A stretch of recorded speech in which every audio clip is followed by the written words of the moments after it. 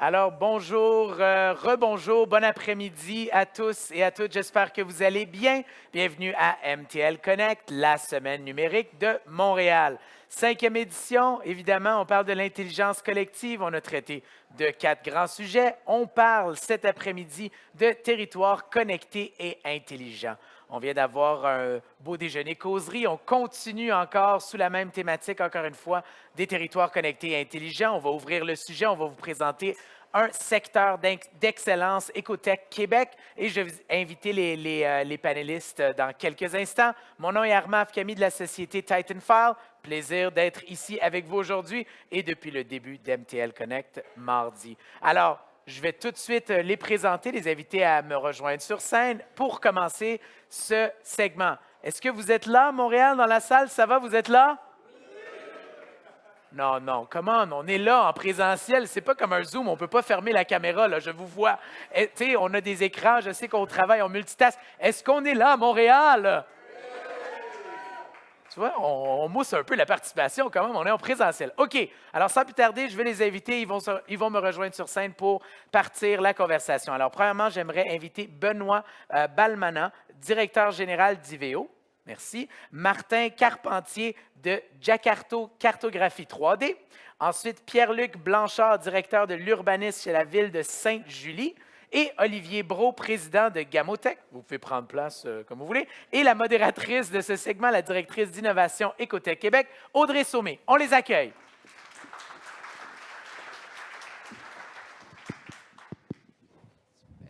Est-ce que ça fonctionne? Premier test, oui.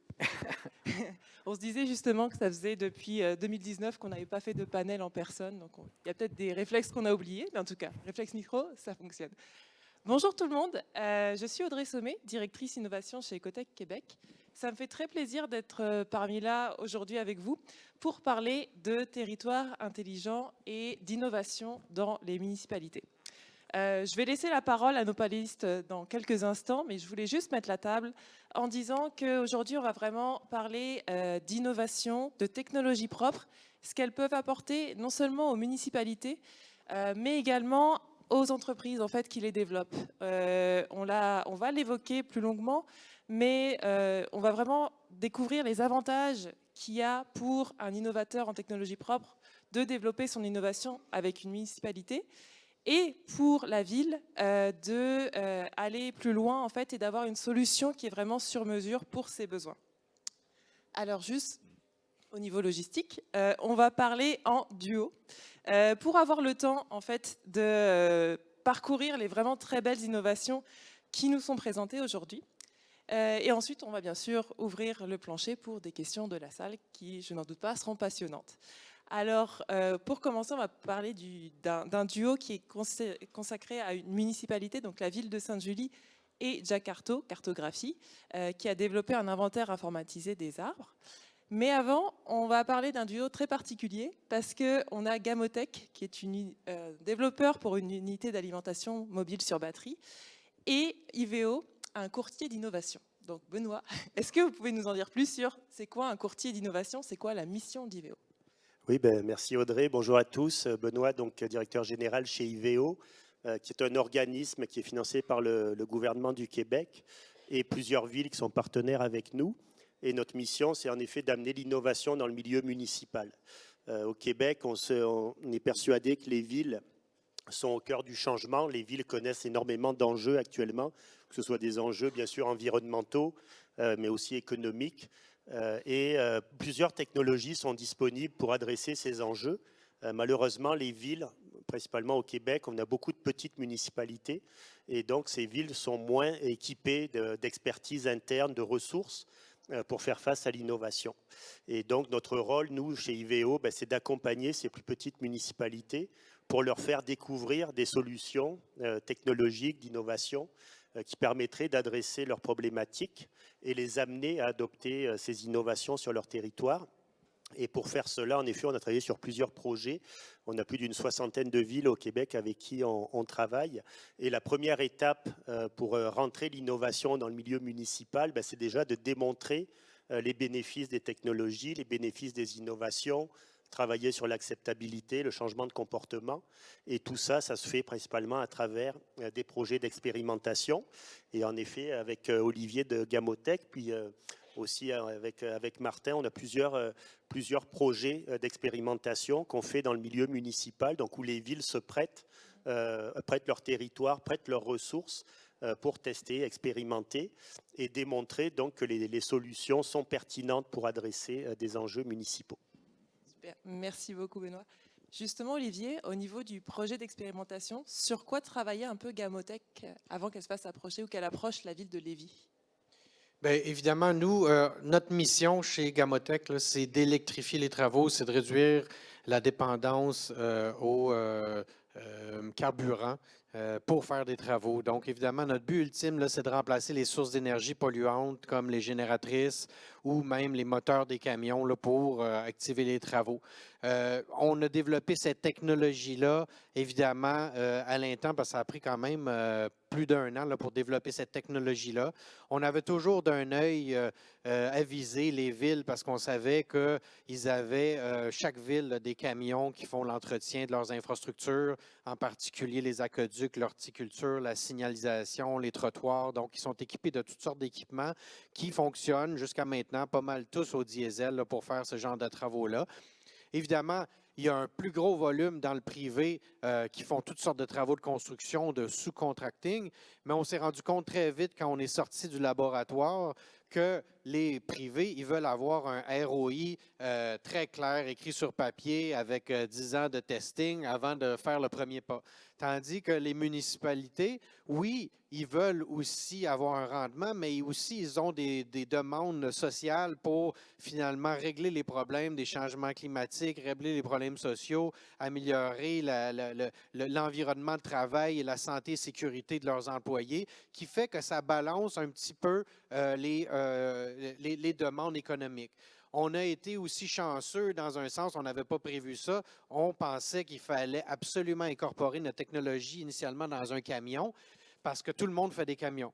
Mais en faisant un bloc énergétique indépendant, on a intégré ça dans une remorque qu'on a mis très jolie, très belle, très confortable. Et les villes ont dit « Ah, j'ai peut-être plus besoin de camions maintenant. » Et ils sauvent de l'argent dès le premier jour en achetant une remorque énergétique. Donc, avec le changement technologique, ça a donné que les villes ont changé et ils sauvent de l'argent dès le début. Ce n'était pas prévu au début, mais finalement, c'est en parlant avec eux autres qu'on a découvert ça.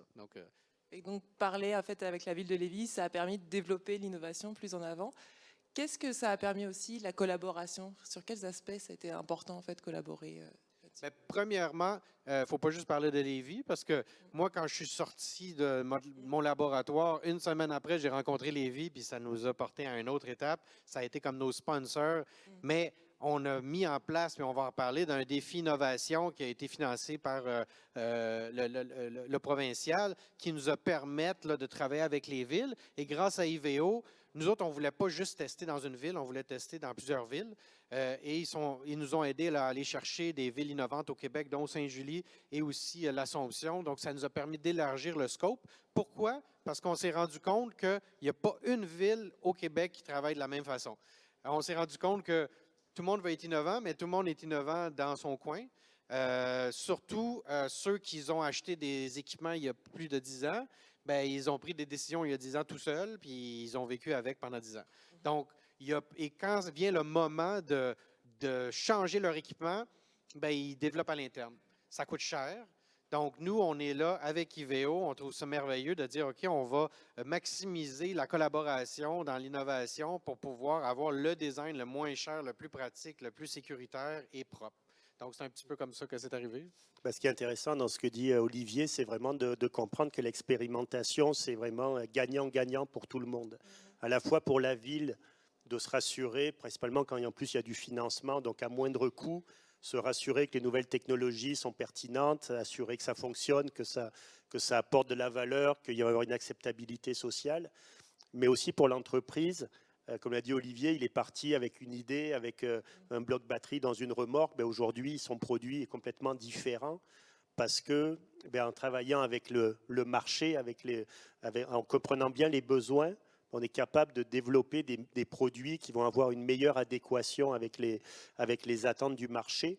Et donc l'expérimentation, c'est vraiment un win-win, comme on dit, pour à la fois que les entreprises optimisent, améliorent leurs produits pour répondre aux enjeux, mais aussi pour les villes de sécuriser et puis de réduire le coût de l'intégration d'innovation. Puis je pense que l'exemple que parleront Martin et puis Pierre-Luc tantôt, c'est un petit peu dans cette même approche.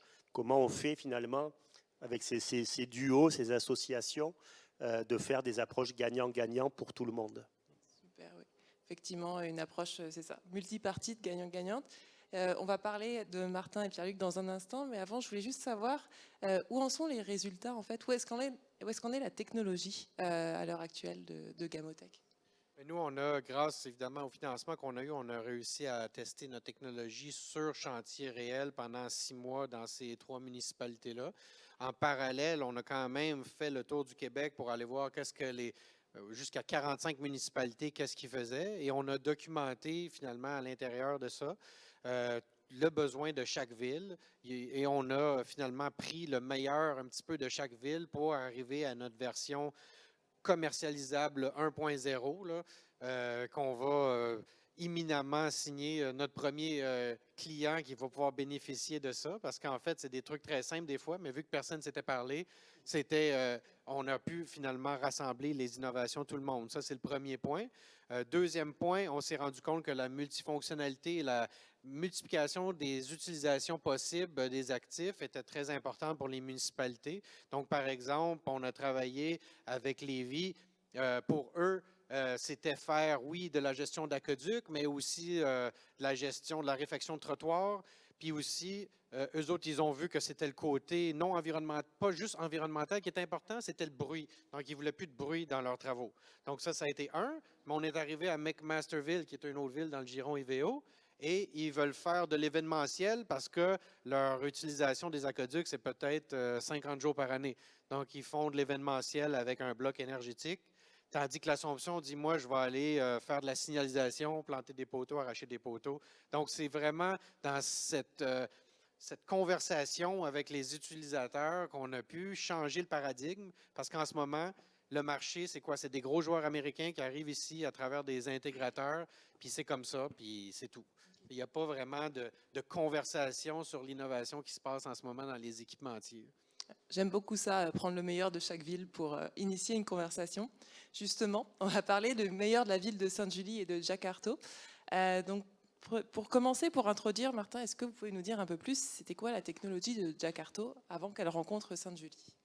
Oui, tout d'abord, Martin Carpentier de Jacques-Cartier. En fait, nous, à la base, on produit des jumeaux numériques des territoires, donc des villes. On a un équipement qui nous permet de venir scanner en imagerie et en lidar. Et les villes vont utiliser cette donnée-là un peu à la Street View, mais bonifiée avec le lidar, donc qui permet entre autres de prendre des mesures, de faire des inventaires et des choses comme celle-là. Et de là, on va faire de l'extraction. Donc, on avait déjà commencé à produire pour certaines villes différents types d'inventaires. On avait commencé à travailler sur la thématique qu'on va discuter avec Pierre-Luc au niveau des armes, mais le projet qu'on a fait avec Sainte-Julie et Ecotech nous a permis de pousser beaucoup plus loin cette thématique-là, de mieux définir le besoin en échangeant justement avec la ville sur des paramètres qu'ils avaient et tout ça, parce que il est là le défi en innovation pour les entreprises, c'est de bien comprendre ce que le client a besoin ultimement. Je dirais que j'ai un petit avantage. J'ai été dans le monde municipal dans une vie précédente. D'ailleurs, c'est là où Benoît a fait ses premiers projets avec IVO à l'époque où je travaillais dans cette ville-là. Mais donc, c'est ça, ça nous permet de pouvoir mieux cerner puis de développer exactement en fonction du besoin du client. Justement, j'aime beaucoup aussi développer en fonction du besoin exact du client. Pierre-Luc, vous pouvez nous en dire plus sur le besoin de Sainte-Julie? Oui, actuellement, à Sainte-Julie, dans le fond, on a une réglementation. Dans le fond, le besoin, c'était à la base un inventaire d'arbres qu'on avait besoin sur le territoire. Par la suite, on s'est dit, ce besoin-là d'inventaire pourrait servir à 2 types de services chez nous, soit le service d'urbanisme et ainsi que le service des travaux publics. Parce que, bien entendu, on n'a pas d'inventaire nécessairement informatisé. À travers le projet Ecotech Défi Innovation, on s'est dit, pourquoi pas essayer de développer un outil qui pourrait nous aider à mieux faire notre travail. Donc, exemple, pour notre inspectrice en environnement, qui répond à plusieurs demandes d'abattage d'arbres. Donc, on a besoin de se déplacer sur le terrain, on a besoin de rencontrer les gens, ils nous expliquent exactement où est l'arbre, c'est quoi l'état de l'arbre et tout ça. Puis, à travers ce défi innovation-là, en ayant un inventaire informatisé qui a été développé avec la firme Jacarto, bien, ça nous permet d'avoir une connaissance de cet arbre-là sans être obligé de se déplacer. Donc, nécessairement, on économise du temps, on économise, on rentabilise notre main-d'œuvre également, parce que vous comprendrez que le défi de la main-d'œuvre existe autant dans le privé que dans le monde municipal.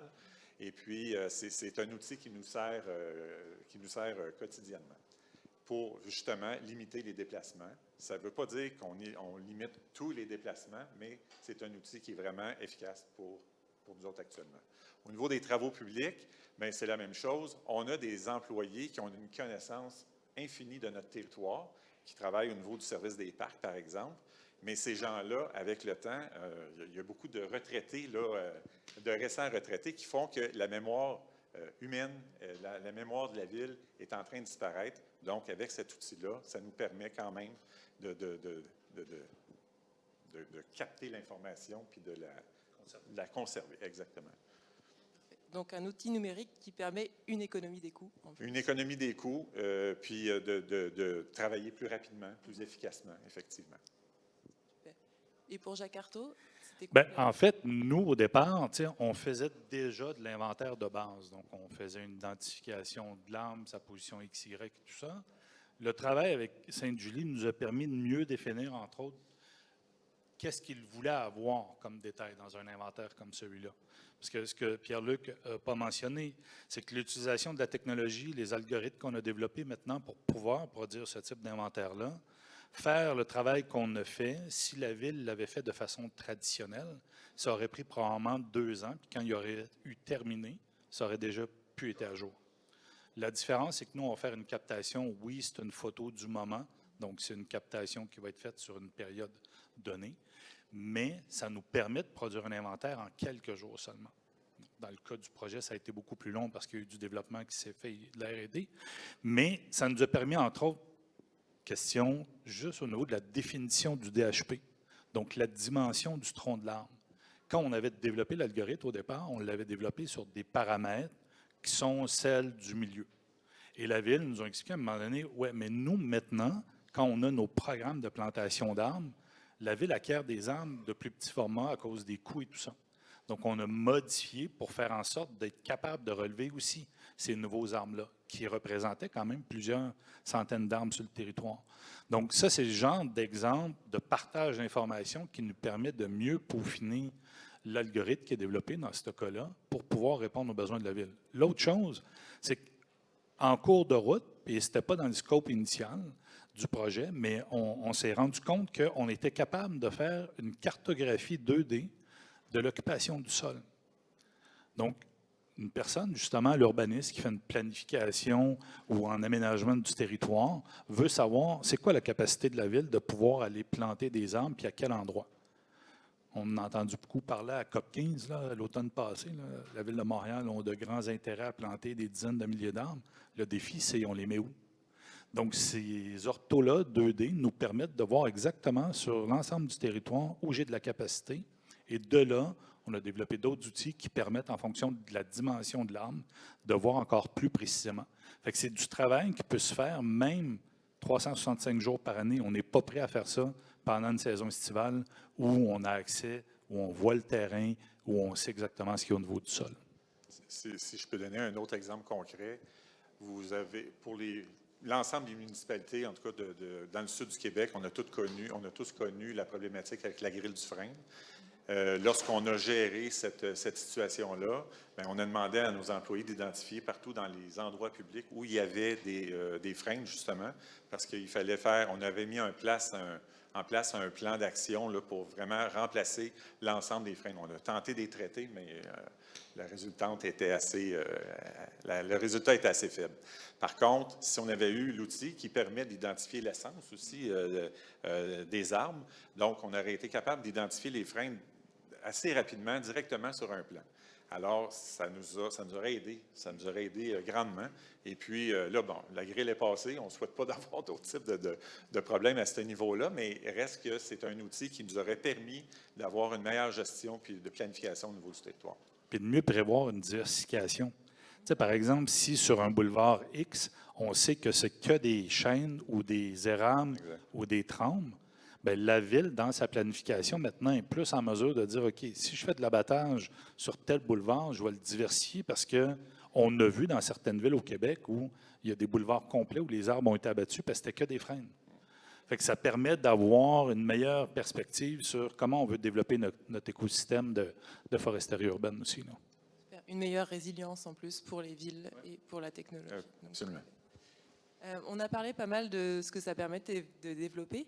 J'aimerais aussi qu'on aborde en fait le sujet des ressources, parce que nos auditeurs ne le savent peut-être pas, mais en fait ces deux projets ont été développés grâce à une initiative du gouvernement du Québec qui s'appelle Défi Innovation Québec, qui permettait en fait aux innovations en technologie propre, de manière générale, d'être implantées, d'être expérimentées sur des territoires d'organismes publics et parapublics. Et donc les deux projets en ont bénéficié via deux grappes, Propulsion et Ecotech Québec. Et donc je voudrais peut-être un peu qu'on revienne là-dessus, parce que je pense que le fait d'avoir cette ressource, cet apport supplémentaire, ça a pu beaucoup bénéficier au projet en fait, des deux côtés. Je pense que Olivier l'a mentionné tout à l'heure quand il disait que les villes avaient d'autres paramètres que juste le ROI. Puis un des grands paramètres qui, je pense, qui a donné naissance au défi innovation, c'est la fameuse exemplarité, je vais dire, du secteur public au sens large, que ce soit les gouvernements, milieu municipal, qui doivent montrer l'exemple. Quand on demande aux gens de changer de comportement, de faire autrement, on s'attend à ce que les gouvernements, le secteur public, montrent l'exemple. Donc l'exemplarité, c'est quelque chose de relativement important. Et ces programmes défis innovation sont destinés justement au secteur public pour qu'ils puissent, à moindre coût, montrer l'exemple sur des innovations. Donc c'est vraiment une initiative très intéressante qui permet, par ces exemples, on en parlera tout à l'heure, de la suite de l'expérimentation, parce que l'expérimentation, c'est la première étape. Ce qu'on espère, c'est la commercialisation, la diffusion à grande échelle. On y reviendra sans doute tantôt. Mais au début, il faut commencer quelque part. Le secteur public, c'est aussi de l'argent public. Donc, le dépenser sur des projets à haut risque, des fois, les citoyens ne le comprennent pas trop. Les fonds sont limités. Donc, la prise de risque est encore plus importante. Et donc, ce genre d'initiative permet vraiment de donner au secteur public cette capacité de faire cette exemplarité qu'on attend pour ensuite ouvrir la porte à d'autres développements puis à une commercialisation plus large. Si je peux juste faire du chemin là-dessus, en fait, il y a aussi un défi pour les villes de faire de l'innovation. Quand on parle de travailler à développer un algorithme pour identifier des arbres dans des bases de données, c'est pas tangible, là. Les élus ou même les fonctionnaires dans la ville, quand ils amènent un projet comme celui-là, ils vont dire, oui, mais les citoyens, qu'est-ce qu'ils vont voir de ça? Ça va être quoi l'utilité de ça? Donc, ça amène un frein dans les organisations publiques de faire ce type d'innovation-là. Et sans ces programmes-là, comme Ecotech, comme Propulsion, comme IVEO, et les fonds publics du gouvernement, on ne pourrait pas amener ce type d'innovation-là dans les villes. On en a fait un autre projet comme celui-là, qui était directement avec le MEI, qui était sur de la signalisation routière, où on a identifié sur un territoire 80 000 panneaux de signalisation routière. C'est un inventaire qui avait été fait la dernière fois il y a 25 ans. Le ministère change ses normes, change ses panneaux, mais ça devient ingérable pour un territoire de pouvoir mettre à jour ce type de données et d'informations-là.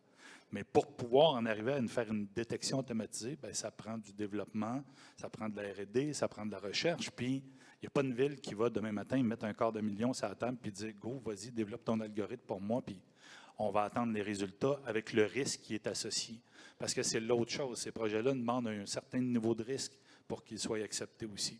Il y en avait dans le projet qu'on a fait avec Sainte-Julie, entre autres, où on est venu coupler avec du drone notre captation terrestre. On connaissait les limites. On voulait voir jusqu'où on était capable d'aller. Mais tout ça n'aurait jamais été possible. Puis, l'entreprise privée, oui, va prendre des risques s'il y a un potentiel économique, s'il y a un potentiel de commercialisation. Mais à un moment donné, il faut qu'il y ait un besoin à l'autre bout. Puis, il faut être capable de prouver qu'on va répondre à ce besoin-là.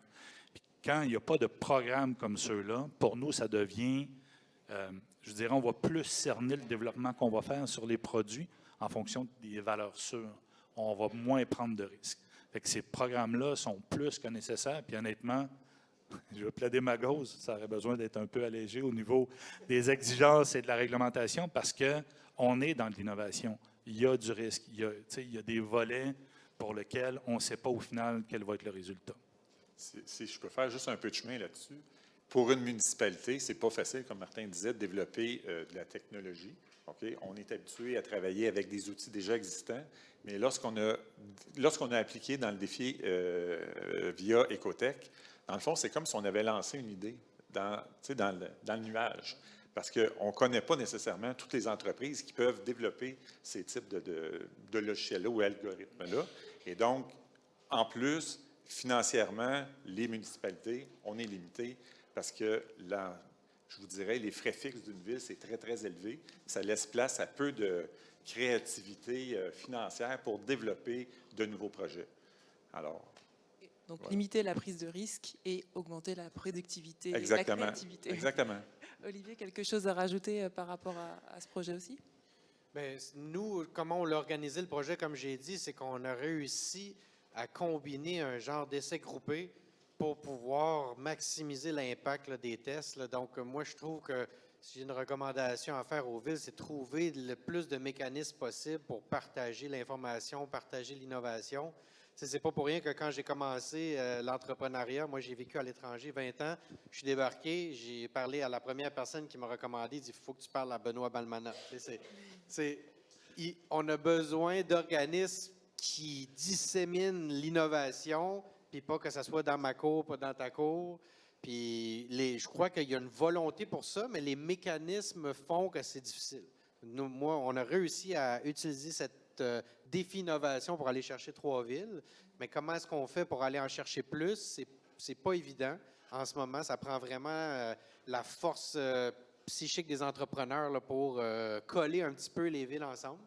Puis ça prend des villes qui sont ouvertes à ça, qui voient le bénéfice, parce qu'on peut baisser les coûts du risque, partager les risques à plusieurs villes, baisser les coûts de développement, tout ça, sur plusieurs villes. Après ça, tout le monde peut en profiter, puis c'est la société qui en profite.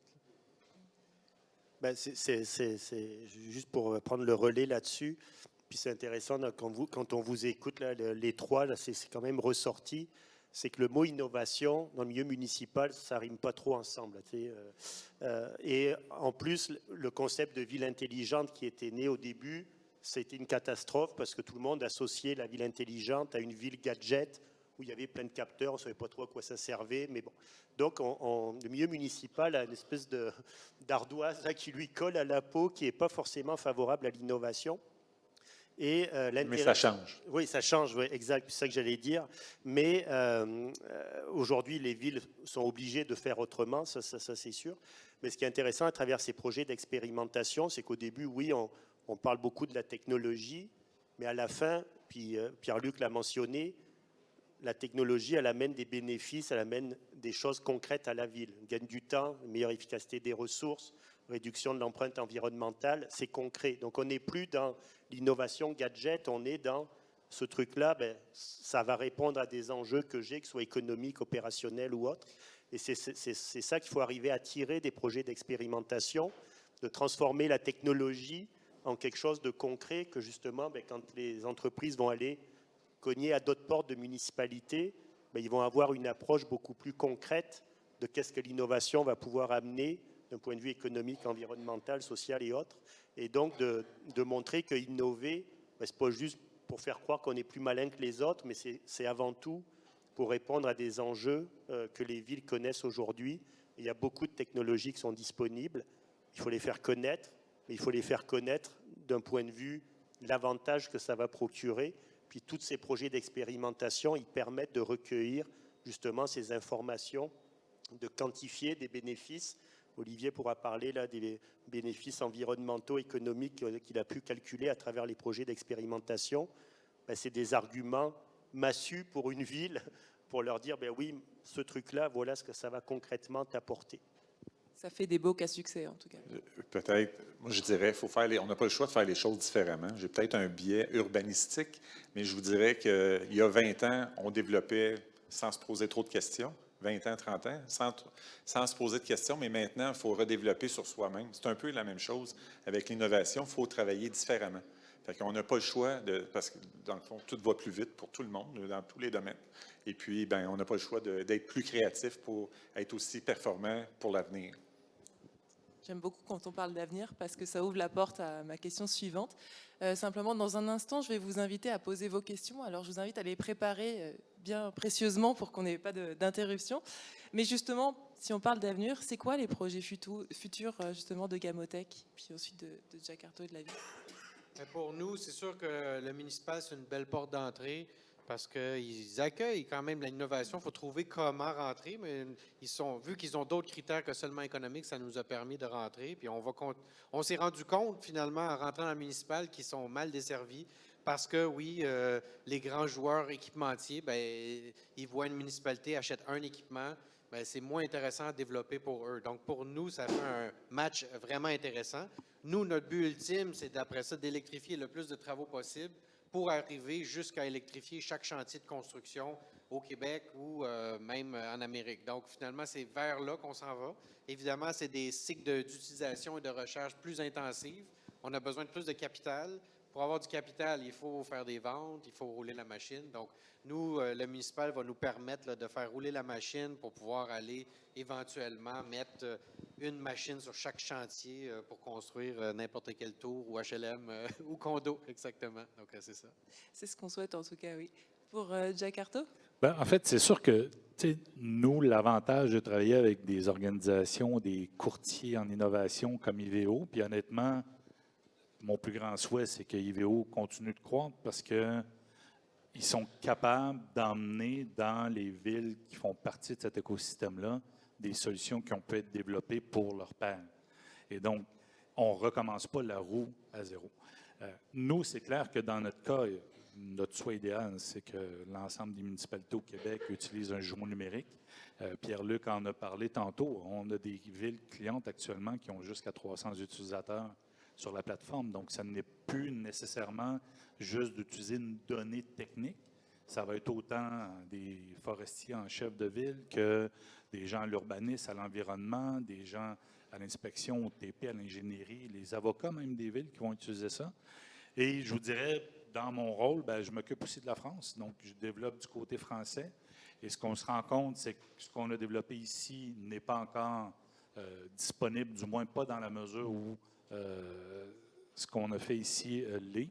Et c'est de pouvoir faire en sorte qu'une pousse québécoise réussisse à percer à l'étranger. Puis IVEO, Ecotech et tout cet écosystème-là vont avoir participé à faire croître toutes les entreprises qui participent dans ces projets d'innovation-là parce que, en fait, la clé dans ça, c'est de trouver le early adopter qui va nous permettre de pouvoir aller tester dans un contexte réel ce qu'on développe. On peut développer dans nos usines, dans nos laboratoires, derrière nos écrans, mais ultimement, si on développe quelque chose qui ne sera pas commercialisable, ça ne donne pas grand-chose. C'est ça, je pense que j'ai un peu ouvert la voie tout à l'heure sur l'avenir, puis je réinsiste là-dessus avant peut-être de prendre les questions, mais l'expérimentation, c'est vraiment le début de la chaîne d'innovation. Et malheureusement, il ne faut pas s'arrêter, puis souvent on s'arrête trop à l'expérimentation, et il faut aller au-delà. Puis au-delà, c'est porter la bonne parole, transférer les connaissances, montrer que ça existe, faire des témoignages, des duos comme ça, c'est génial parce qu'on n'a pas juste un point de vue entreprise qui forcément va dire ma solution elle est géniale, puis c'est extraordinaire, puis achetez-la. On a des vrais utilisateurs qui peuvent témoigner de la démarche, des avantages. Puis quand une ville parle d'un projet à une autre ville, c'est beaucoup plus crédible, beaucoup plus de confiance qui s'établit. Donc je pense que l'objectif de tous ces projets d'expérimentation, c'est de bien mesurer les retombées, les impacts, ce qui a bien marché, puis pas avoir honte de ce qui n'a pas bien marché non plus. Ça fait partie des apprentissages. Et de transférer cette connaissance pour que les autres villes qui ne sont pas des early adopters, mais qui préfèrent attendre un petit peu, ils soient quand même nourris par les résultats de ces expérimentations. Puis c'est un petit peu ça l'approche qu'on essaie de créer au Québec avec les réseaux de villes d'innovation. C'est oui, il y a des villes qui ont peut-être plus le goût de tester, expérimenter, mais il y a d'autres villes qui sont prêtes à être les suiveurs. Mais il faut les alimenter avec ces projets. Et donc, c'est super important, le transfert de connaissances, la mesure, l'évaluation des projets, puis encore une fois, de manière la plus neutre possible pour faire ressortir les bons coups, les choses auxquelles il faut faire attention. C'est rarement tout extraordinaire, un projet. Il y a des choses qui marchent des fois moins bien, mais on va travailler là-dessus, on va les améliorer. Mais il ne faut pas avoir peur de transférer cette connaissance pour justement, ces projets d'expérimentation donnent la suite. Puis la suite, c'est au bénéfice des villes, puis au bénéfice des entreprises. Donc, je reviens à mon gagnant-gagnant. Les villes vont y gagner, vont être plus efficaces économiquement, environnementalement. Puis les entreprises, ils se développent économiquement, puis c'est ça qu'on veut aussi, là.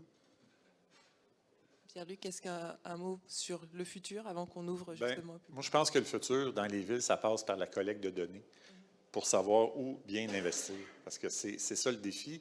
Il y a longtemps, la collecte de données était plus intuitive. On sait qu'il y a un problème à cet endroit-là, on va investir là. Mais quand on a un portrait global de notre territoire, je pense que c'est plus facile. Très théorique, là, ce que je dis là, mais je pense qu'avec des outils innovants, on est capable de le faire. Merci beaucoup. On a le temps justement pour une ou deux questions. Est-ce que quelqu'un voudrait se lancer? Oui, alors je vois quelqu'un juste là-haut. Ensuite, ça va être mademoiselle, puis monsieur pour finir. Ah, on a besoin de mon micro.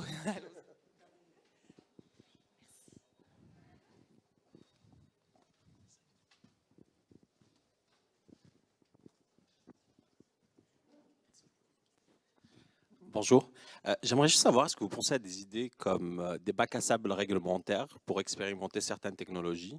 Parce que, par exemple, dans le secteur financier, où c'est super réglementé, il y a des bacs à sable réglementaires pour certains produits financiers.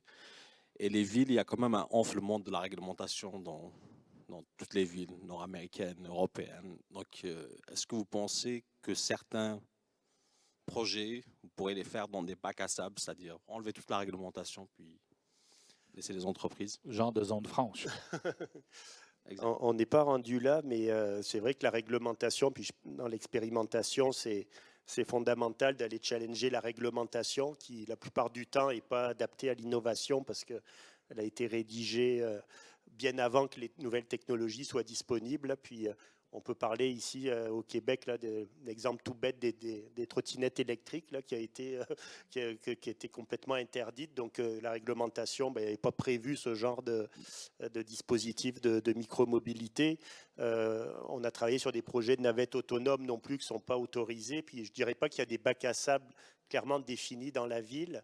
Mais si je reviens un petit peu sur ce que je parlais tout à l'heure sur l'expérimentation, on sait qu'à un moment donné, il faut donner la possibilité de le tester et donc de créer une espèce de dérogation locale. Puis ça a été le cas pour les trottinettes électriques, ça a été le cas pour la navette autonome, où on a eu des autorisations, des dérogations qui permettent quand même de faire ces expérimentations et qui permettent au niveau réglementaire de savoir si oui ou non il faut faire évoluer la réglementation pour favoriser ou pas ces technologies.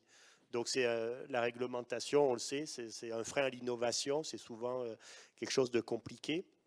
Au Québec, la façon dont c'est géré, c'est vraiment par dérogation. Et après, sur la réflexion de est-ce qu'on fait évoluer ou pas la réglementation en fonction des résultats qu'on a obtenus. Donc, mais je n'ai pas vu encore de zone franche, là, comme dit Martin, où on dit, dans ce quartier-là, on considère qu'on peut faire ce qu'on veut, puis qu'il n'y a pas de réglementation. Je n'ai pas encore vu ce modèle, puis j'en ai pas entendu parler dans les tiroirs. En fait, moi, j'en ai pas vu ici. À l'époque, j'avais déjà proposé, Benoît est au courant, un projet dans ce sens-là. J'en ai vu beaucoup en Europe. Et ce que je trouve malheureux, c'est qu'il y a tout un aspect économique qui se rattache à ça.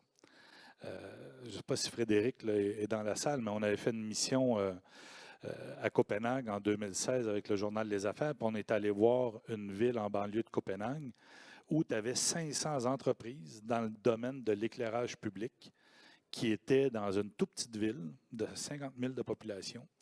Et il y avait un territoire qui avait été déterminé où ils pouvaient tester tout. Mais quand on dit tout, là, c'est tout.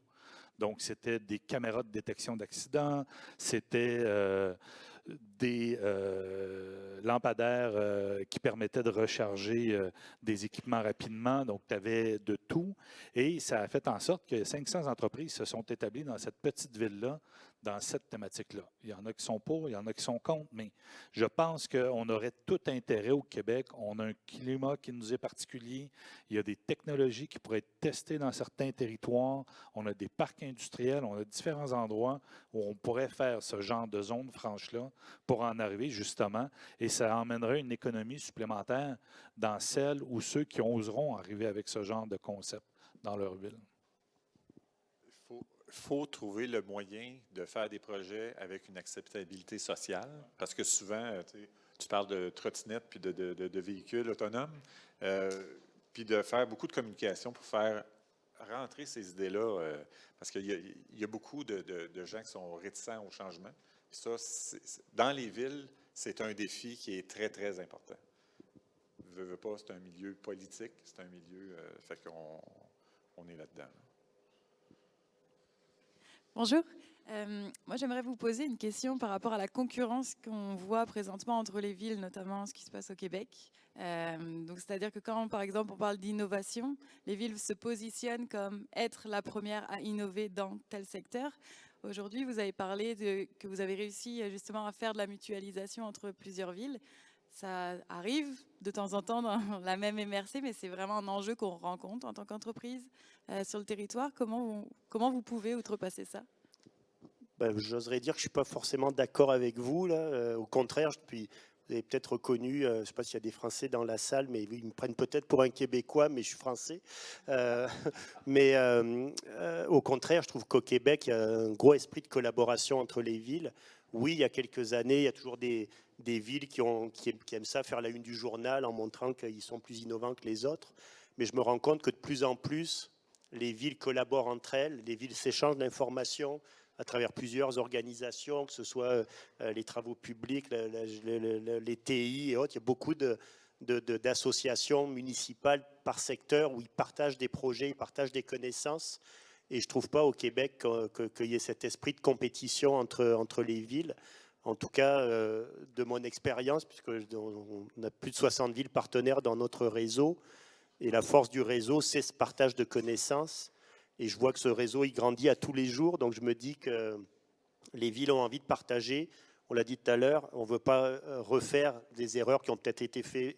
Donc, le transfert de connaissances neutre, se dire les vraies choses, ça fait gagner du temps à tout le monde. Ça économise de l'argent pour tout le monde. Donc, la collaboration, pour moi, elle est essentielle. Puis, les villes, ils sont pas... Je les vois moins en compétition, en tout cas. Et j'ai l'impression qu'on a plutôt cet esprit de collaboration, mais Pierre-Luc pourra témoigner encore mieux que moi. Disons que je vais répondre de façon mi-figue, mi-raisin. C'est vrai qu'il y a un esprit collaboratif, il y a un esprit aussi compétitif, parce qu'on est quand même en compétition d'une ville à l'autre. Je vais parler encore sur le plan du développement urbain. Si, disons, il y a des règles plus sévères à Sainte-Julie qu'à d'autres, bien, les promoteurs vont faire le choix d'aller ailleurs ou pas. Mais par contre, je vous dirais que l'esprit, disons, compétitif n'est peut-être pas un si grand désavantage parce que ça amène les villes à challenger, mais à être plus réceptifs d'avoir de nouvelles idées sur son territoire. Fait que c'est peut-être pas si mauvais que ça, mais je donnerais l'exemple, nous autres dans la MRC Marguerite-Duville, on était la première ville à partir un plan d'action contre les GES, mais finalement, pour intégrer les 6 villes, mais la MRC a pris quand même le flambeau pour finaliser le dossier. Puis moi, je trouve que c'est une très bonne chose parce que finalement, ça m'a économisé un peu de travail. Mais ce que je dirais, c'est qu'on a eu un esprit collaboratif, puis on a eu un travail qui était, disons, complet, sur la même base. Tout le monde partait de la même base. Fait que moi, je trouvais ça intéressant. Merci. J'ai tiré une leçon de cette semaine de Montréal Connect, c'est que le Québec ne manque pas d'innovation, ne manque pas d'écosystème, mais ça manque des succès dans le sens de la commercialisation. Et c'est là où j'aimerais savoir parmi vous, comment êtes-vous en train de surmonter ce challenge de commercialiser vos innovations? Parce que d'après le Cirque du Soleil, les Canadiens et la Poutine, peut-être Hydro-Québec, je ne pense pas des succès internationaux du Québec. Et j'aimerais savoir qu'est-ce que vous faisiez, parce que c'est toujours un challenge.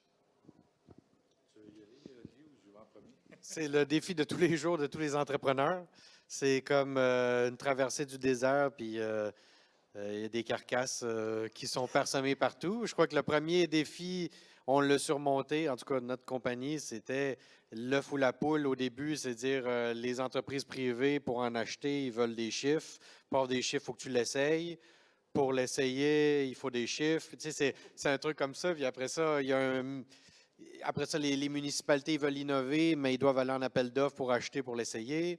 Donc, c'est ce imbroglio-là initial qui est vraiment difficile, qu'on a réussi à résoudre avec toutes les ressources qu'on a à notre disposition. Ce n'est pas du tout parfait, là. Donc, ça prend des entrepreneurs vraiment motivés là, à fond. Là. Fait que c'est sûr que la plupart ne passeront pas cette étape-là. Mais après ça, c'est trouver un assez gros marché pour pouvoir aller chercher, parce qu'à la fin, c'est de l'argent. Hein. Si on n'a pas d'argent, on ne peut pas commercialiser gros. Là. Donc, il faut trouver un assez gros marché. Il faut sortir du Québec quand même assez vite. Pas besoin d'aller si loin, là, mais je veux dire, on peut aller en Nouvelle-Angleterre, en France, en Ontario. C'est pas facile, cette étape-là non plus. Raison de financement aussi. Il y a peu de gens qui veulent nous financer avant qu'on ait fait ces étapes-là. Donc, il faut comme faire une histoire, prendre le financement d'un pour aller faire d'autres choses, puis après ça, utiliser ça pour aller chercher l'autre. Il n'y a personne qui nous aide vraiment là-dedans. Ça, c'est dommage. Quand j'ai un compétiteur potentiel américain qui, lui, avant de commencer à faire quoi que ce soit, il est allé chercher 100 millions de dollars. C'est ça la grosse différence, mais on a peut-être plus de fun, c'est ça? Bien, moi, je dirais, c'est sûr que quand on fait de l'innovation comme ça, nous, Jacarta, on a 7 ans, on a été 5 années en R&D avant de commencer la commercialisation. Moi, ça fait 18 mois que je suis arrivé dans l'entreprise. Quand on a commencé, on avait 2 villes clientes. Aujourd'hui, on a quelques dizaines de villes clientes 18 mois plus tard.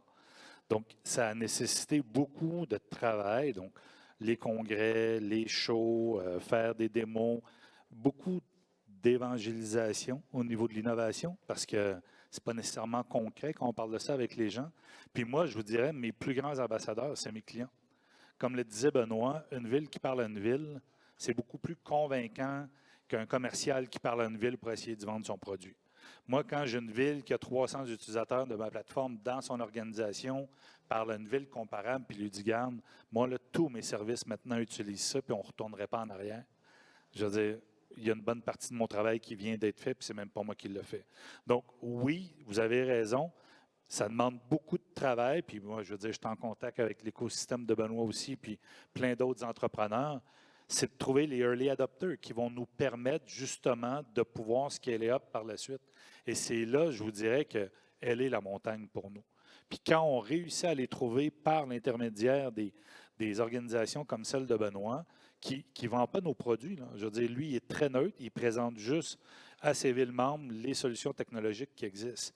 Mais c'est déjà un pas de plus pour nous, parce que ces villes-là n'ont pas nécessairement les gens qui vont faire tous ces congrès-là, qui vont aller voir ce qui se fait en innovation, qui vont suivre le marché, qui vont se documenter. Donc, c'est là où on doit compter sur des organisations comme celle de Benoît, Ecotech, Propulsion et l'écosystème qu'on a ici au Québec, puis éventuellement un allègement au niveau d'une certaine réglementation. En 30 secondes, là, la commercialisation de l'innovation, là, ça fait 20 ans que je suis là-dedans, puis ça a toujours été compliqué au Québec, en Europe, partout. Donc, je ne pense pas qu'on soit les plus mauvais de la planète en commercialisation de l'innovation. C'est extrêmement compliqué de commercialiser des innovations. Et le principal obstacle, il n'est pas technologique. Le principal obstacle d'innovation, c'est le changement de comportement. Puis ça, c'est vrai partout. C'est vrai dans le marché municipal, mais c'est vrai dans tous les autres marchés. Les gens ont rarement envie de changer. On est confortable avec nos habitudes. Et le plus grand compétiteur de l'innovation, c'est le changement de comportement. Et ça, ça prend un ingrédient majeur, c'est la culture de l'innovation, la culture du changement. Il faut absolument que dans les organisations, on parlait tout à l'heure, les élus, les directions générales, les cols bleus, c'est tout le monde qui doit avoir la posture d'innovation. Si c'est juste le maire ou la mairesse qui dit « je veux le faire », ça ne se fera pas. Donc, il faut travailler là-dessus, en profondeur, la culture d'innovation, la posture d'innovation. Et ça, je pense que c'est vrai partout. Des solutions, il n'en manque pas. Des problèmes, il n'en manque pas. Mais il faut avoir envie de faire autrement. Ça prend de la connaissance, ça prend de la culture. Et je pense que c'est ça le principal travail aujourd'hui, en tout cas qu'on essaie de faire dans le milieu municipal, c'est d'amener cette culture d'innovation, du changement, arrêter de la peur de faire autrement, montrer qu'on va être meilleur si on fait autrement. Et ça, c'est un travail de fond qu'il faut faire si on veut que les technologies arrivent sur le marché. C'était une parfaite réponse et un parfait mot de la fin également. Bravo Benoît. On pourrait parler encore pendant des heures parce que c'est vraiment super intéressant vos projets, mais c'est tout le temps qu'on avait aujourd'hui.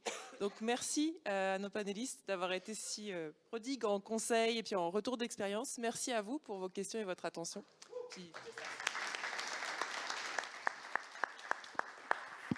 Merci beaucoup. Puis laissez vos micros sur les chaises. Alors, encore une fois, merci beaucoup à Martin, Benoît, Pierre-Luc, Olivier et ainsi qu'Audrey pour la modération. On les applaudit. Merci beaucoup. Alors, on va prendre une toute petite pause, environ 5 minutes, et dans quelques minutes, comme j'ai indiqué, on va avoir notre grande conférence sur les territoires connectés intelligents. Alors, dans quelques minutes, on prend une petite pause. À tout de suite. Merci.